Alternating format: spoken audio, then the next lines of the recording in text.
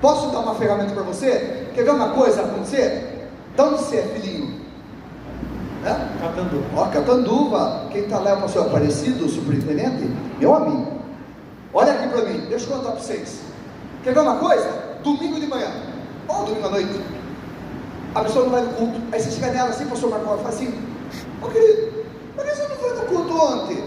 Ou na quarta, por que você veio domingo? Ai, pastor, tava uma chuvinha, um frio, tava gostoso ficar em casa. Ah, é? Pô, agora deixa eu perguntar uma coisa pra você. Na segunda-feira tava chovendo? Tava mais frio na segunda que no domingo. É? E você foi trabalhar? Eu fui. Ah, porque o trabalho é mais importante que o Senhor, né? Você notou como as pessoas são? Elas vai no domingo, mas na segunda-feira vai trabalhar com chuva de canivete, com granizo, com neve. Vai. Sabe o que ela passa para Deus? O meu emprego é mais importante que o Senhor. Porque elas faltam no domingo da igreja, mas na segunda-feira todo mundo vai trabalhar. Daí sabe o que ela fala para você? Olha, você é, né, pastor? Mas todo mundo precisa de dinheiro para comer, né? Ah, e do Senhor. E aonde que entra Mateus 6,33? Mas buscai em primeiro lugar o meu reino e a minha justiça, e todas as demais coisas vos serão acrescentadas.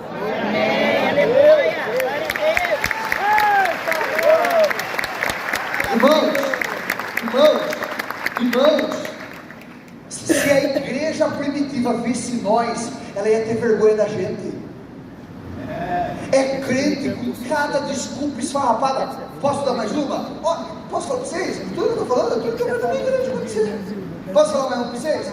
O pastor Marco Roque, ele é bem próximo. Eu louvo a Deus pela vida dele. A gente é muito amigo.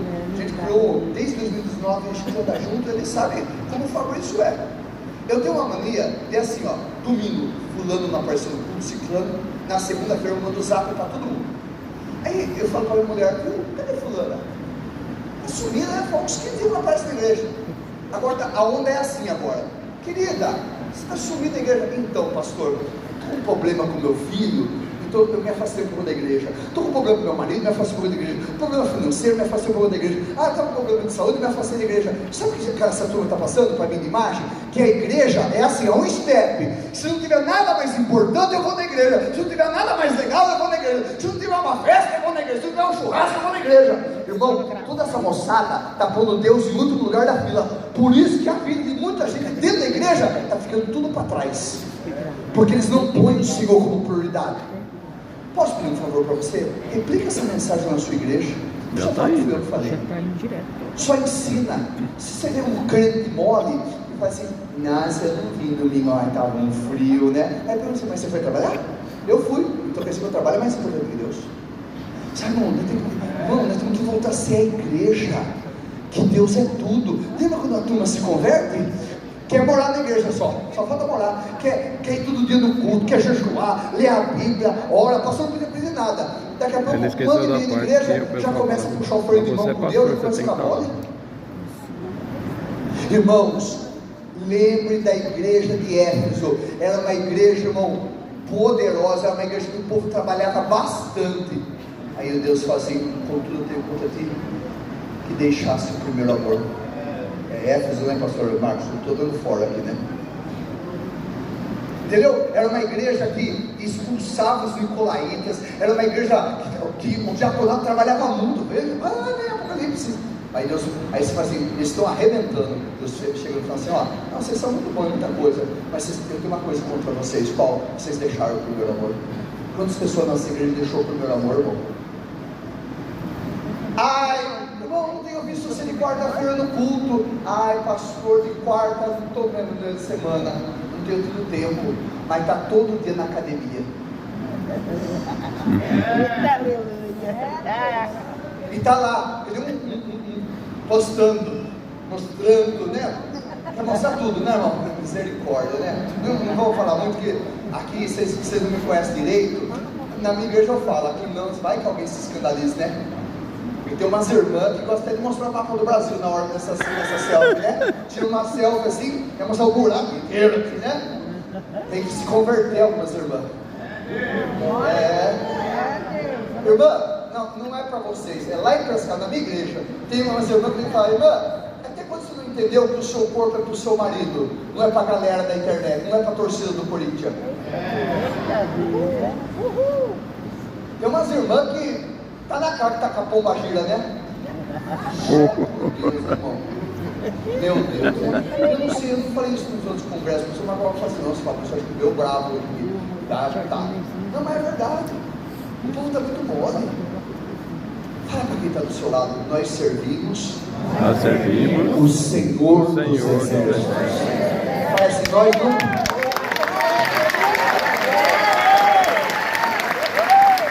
Fala assim, ó, nós não podemos ser o crente do mimimi. Mas ó, para mim terminar e passar para a Kika, o último elogio a vocês. Parabéns. Quando você largou sua casa, sua família, veio nessa chuva, nesse friozinho para cá, sabe o que você mostrou para Deus? Que Ele é a prioridade. Não adianta a gente ficar na nossa vida falando assim, Deus é tudo na minha vida, mas não tem atitude como Deus é tudo. Lembre que a fé sem obras é o quê? Quero que você receba com muita alegria a Kika, aplaudir Jesus, a primeira dança.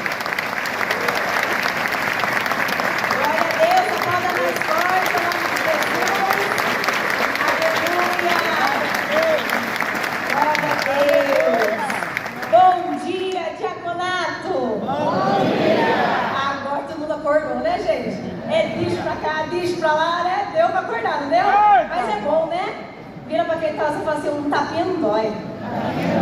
Desperta. Isso. Bom dia para você. Que Deus abençoe a sua vida, a sua casa, a sua família. Em nome de Jesus.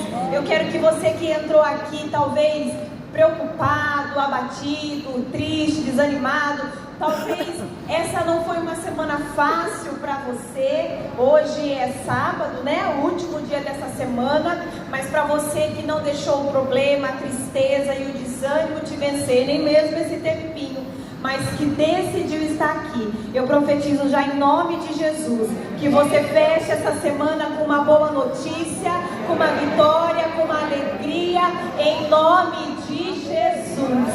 Amém?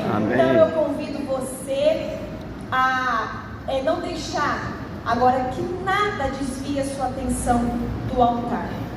Se tem alguma coisa que você deixou por resolver, só o fato de você estar aqui sentadinho, recebendo, né, das ministrações, da palavra nesse congresso, o Senhor está cuidando de tudo para você. Está cuidando de tudo. Você lembra quando Jesus morreu? E no terceiro dia, lá no domingo, bem cedo, as mulheres, né, estavam indo até o sepulcro a fim de ungir o corpo de Jesus. Vocês lembram disso? E aí Marcos diz que lá no caminho elas iam discutindo umas com as outras assim: quem vai remover a pedra para nós? Quem vai remover a pedra para nós? Acho que, né, elas pensaram assim, a gente pensou em tudo, mas a gente não pensou em trazer um homem para nós para remover essa pedra. A pedra é pesada. Ficaram preocupadas, mas continuaram seguindo o caminho. Quando chegaram lá, a Bíblia diz que a pedra já havia sido removida. E o corpo que elas esperavam encontrar para ungir já nem estava mais lá, porque ressuscitou. Ó, você que veio aqui e talvez tenha uma pedra difícil para você resolver com as suas forças. Se tem algo difícil demais para você resolver, Deus não quer que você resolva, Ele quer que você confie. E quando você chegar na sua casa, na sua segunda-feira, na sua terça, você vai chegar lá e nem pedra vai existir mais, em nome de Jesus. Porque o segredo é continuar caminhando em direção ao alvo que é Jesus. Você que está aqui é porque decidiu continuar caminhando, independente das pedras no caminho. Amém? Abra comigo a sua Bíblia em Atos capítulo 6. Atos capítulo 6. Vou compartilhar a primeira mensagem, acho que já é a segunda mensagem, né? Desta manhã. Deus já falou conosco. Aleluia. Glória a Deus. Atos capítulo 6, versículo 1. Acho que vocês acompanham no telão, vocês vão acompanhar na Bíblia. Podemos ler? Congresso de Diaconato é assim. assim, né? Acha facinho, não é verdade, gente? Falou, já vai lá. Aqui tem diáconos que lê a Bíblia em casa, amém? Atos capítulo 6, versículo 1 diz assim: naqueles dias, crescendo o número de discípulos, os judeus de fala grega murmuravam contra os judeus de fala hebraica, porque as suas viúvas estavam sendo esquecidas na distribuição diária de alimento. Por isso, os 12 reuniram todos os discípulos e disseram: não é certo negligenciarmos o ministério da palavra de Deus a fim de servir as mesas. Irmãos, escolham entre vocês 7 homens de bom testemunho. Repete comigo: bom testemunho, cheios do Espírito e de sabedoria, e os encarregaremos desta tarefa. Assim, nós nos dedicaremos à oração e ao ministério da palavra. Tal proposta agradou a todos. Então, escolheram Estevão, homem cheio de fé e do Espírito Santo. Versículo 6. Apresentaram estes homens aos apóstolos, os quais oraram e lhes impuseram as mãos. Assim, a palavra de Deus se espalhava. Crescia rapidamente o número de discípulos em Jerusalém. Feche os seus olhos.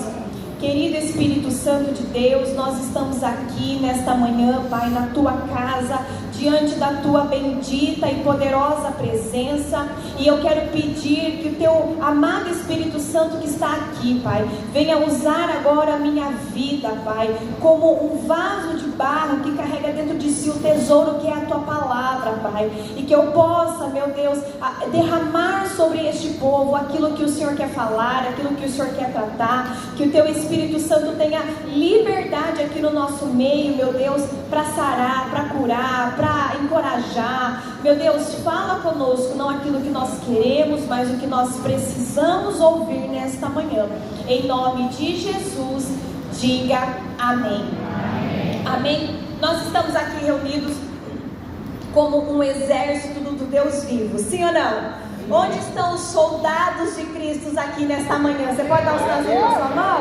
Isso. Agora segura na mão dessa mulher, desse homem que está do seu lado, com muita força, e fala assim, ó: eu não sei se você entrou aqui como um soldado ferido. Fala: eu só sei que você sairá fortalecido. A nossa mão dessa pessoa. Aleluia.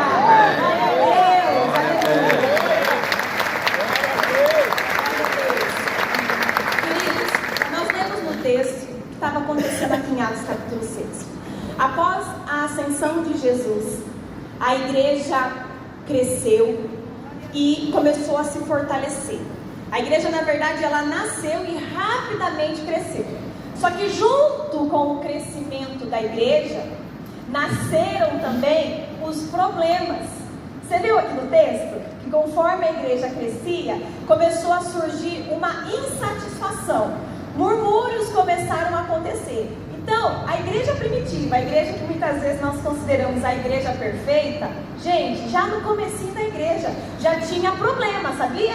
Já tinha problema de reclamação, murmuração, insatisfação. Eu não sei aqui no Distrito 8 se tem, mas eu vou falar lá no 4, que tem bastante, viu? Mas eu sei que aqui também tem. Nós ficamos já com a primeira lição. Problema toda a igreja tem. A igreja, ela não precisa ser perfeita. A igreja, ela tem que ser fiel. Nós precisamos parar de ficar olhando, apontando e falando dos problemas da nossa igreja. Porque a igreja perfeita, ela não existe. Igreja perfeita é somente quando nós todos nos tornarmos uma única igreja lá na glória, amém? Aí lá vai ter perfeição. Aí você vai falar assim: nossa, aqui o diácono não tem nem muito trabalho. Os anjos sentam lá na frente, não tem que ficar brigando com os anjos para sentar, né? Aqui todo mundo obedece. Mas enquanto nós estamos aqui na terra, nós precisamos entender que a igreja não é perfeita, ela só precisa ser fiel à palavra de Deus. Então, meu querido, lá na sua igreja, no meio dos problemas que a sua igreja tem, faça o seu melhor. E aí surgiram então os problemas. E os pastores, os apóstolos, os 12 que se dedicavam ao ensino da palavra e à oração, quando chegou para eles as insatisfações, as reclamações, o que é que eles fizeram? Eles reuniram todos, convocaram todos para uma reunião e falaram bem assim: gente, o negócio é o seguinte, nós não podemos desperdiçar o tempo que nós temos e nos dedicarmos a ensinar as pessoas a orar e ganhar as almas para ficar resolvendo o problema de cesta básica. Vamos fazer o seguinte: vamos escolher pessoas, homens cheios de fé. Vamos escolher homens de bom testemunhos, cheios do Espírito e de sabedoria. E aí então essa ideia agradou a todos e eles escolheram 7 homens. Você entendeu agora? Você está entendendo a história? Como é que surgiu o diaconato? Você entendeu como é que nasceu os 7 primeiros diáconos da igreja? Eles foram levantados para quê? Para quê? Para resolver problema da igreja. Vira para quem está no salão e fala assim: entendeu que você foi chamado? Eu?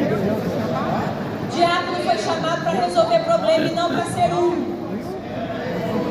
Diácono foi chamado para suprir as necessidades da igreja e não para ficar apontando os problemas dela, e não para ficar levando problema para pastor, e muito menos para ficar criando problema dentro da igreja.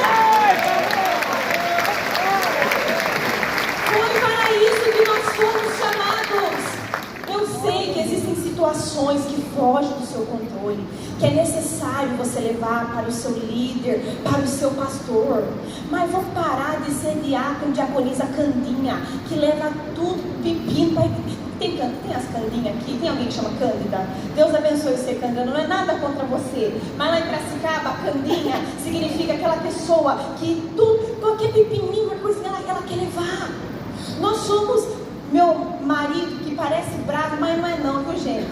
Isso aí é só reflexo de uma pessoa que é muito transparente e que fala a verdade, que tem compromisso com a palavra de Deus, e entre agradar aos homens e a Deus, prefere agradar a Deus. Mas ele é muito sensível, viu? Daqui a pouco você vai que ele vai fazer isso tudo chorar, ele vai chorar também, ele vai estar tudo certo.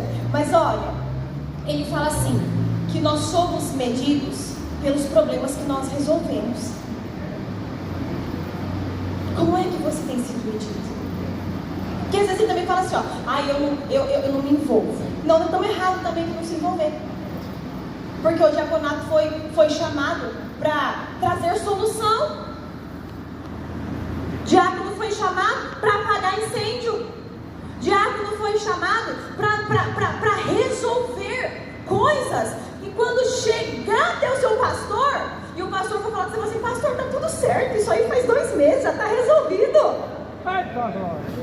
Agora o pastor chega, pastor, senta aí que nós vamos conversar. O senhor não sabe da missa um terço.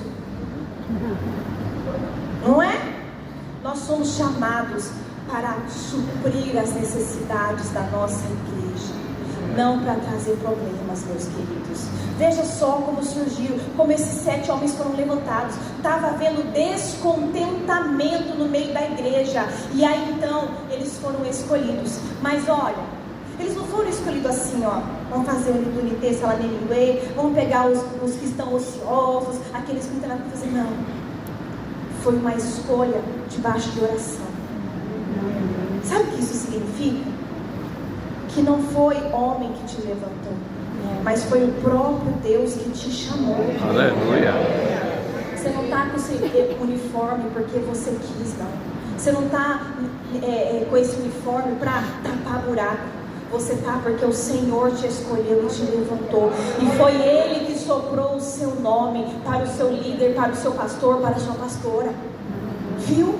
Às vezes o diabo, ele tenta alimentar esse pensamento na sua mente, de que você foi chamado, você é só mais um na multidão, você vai lá só para tapar buraco, para cumprir escala. Não foi, não.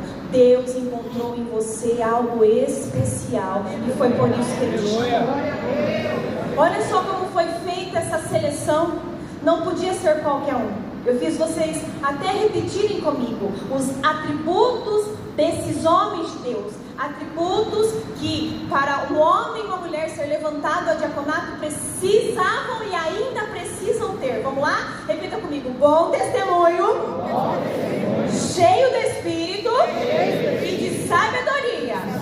Agora vamos fazer com as mãos de novo. Bom testemunho, cheio do Espírito e de sabedoria. Tudo isso ainda está presente aí? Amém. Se você foi chamado, é porque Deus viu em você um dia que você era uma pessoa de bom testemunho, cheio do Espírito e de sabedoria. Mas ainda tudo isso está aí? Ou já tem algo que se perdeu? Você ainda continua dando bom testemunho como no começo? Ou lá fora as pessoas que não te vê de uniforme e de Bíblia na mão nem sabem que você é crente? Você continua com sabedoria para administrar os conflitos, as situações? Sabedoria dentro do seu lar, no seu casamento, na criação de filhos? E o Espírito Santo? Ele ainda está aí? Ou ele está apagado? Ou ele está esquecido? Queridos, nós precisamos entender que o texto nos ensina. A solução para os problemas da igreja não era necessário apenas ter organização.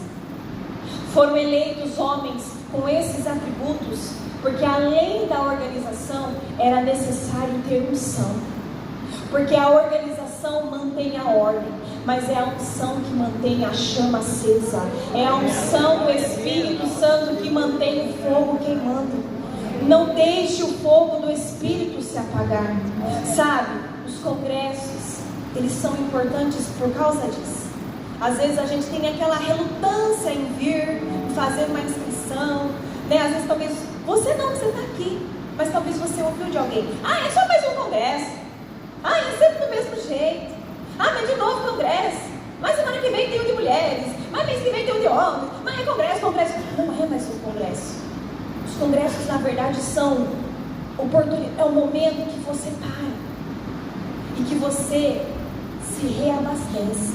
Amém. Congresso do diaconato, nós temos o privilégio de não estarmos mais preocupados, né, com as necessidades do culto. Mas é um momento que você pode sentar e deixar Deus cuidar das suas necessidades. Os congressos é onde o Espírito Santo nos enche, nos preenche, nos trata e nos fortalece para a gente continuar a jornada. Era necessário, olha só, bom testemunho, cheio do Espírito e sabedoria. Porque sem a unção, o serviço vira peso. Sem a unção, igreja vira trabalho. Sem a unção, culto vira evento. E sem a unção, a função vira cargo. Mas quando se tem a unção do Espírito Santo, que Ele já começou a derramar aqui no nosso meio. Quantos desejam se encher da unção do Espírito? Dá um sinal para. Quando se tem a unção, o serviço vira ministério. Quando se tem a unção, a igreja se torna um corpo vivo. Quando se tem a unção, a função vira chamado. Quando se tem a unção, servir se torna uma honra. Mas tudo isso, essa unção, ela só vem quando vem junto o Espírito Santo. E eu quero dedicar os últimos minutos dessa mensagem para falar um pouquinho sobre ele para você. O Espírito Santo é a pessoa mais importante da nossa vida. O Espírito Santo é Jesus na terra. Você lembra quando Jesus foi para o Pai? Ele falou assim: eu vou, mas eu não vou deixar você sozinho. Vocês não ficarão órfãos. Eu vou enviar o outro, o Consolador, o Encorajador, o Auxiliador. E será que você lembra que Ele é tudo isso na sua vida? Ou será que você já se esqueceu? Se você entrou aqui, às vezes se sentindo cansado, desanimado, perdido, se sentindo sozinho, Eu preciso te lembrar que o Espírito Santo, ele está do seu lado todos os dias. Não é a Kika que está falando. Foi Jesus que disse na sua palavra. Ele disse assim: e Ele estará convosco todos os dias. Isso significa que quando você está alegre, o Espírito Santo está do seu lado. Mas quando você está triste, Ele também está. Isso significa que quando você está animado, o Espírito Santo está do seu lado. Mas quando você está sem forças, Ele também está. Isso significa que quando você está cheio de saúde, o Espírito Santo está do seu lado. Mas quando você não consegue sair da cama, Ele também está lá com você. O Espírito Santo prometeu que Ele seria o nosso companheiro todos os dias. E Ele está aqui nesta manhã do seu lado agora. Aleluia! Glória a Deus!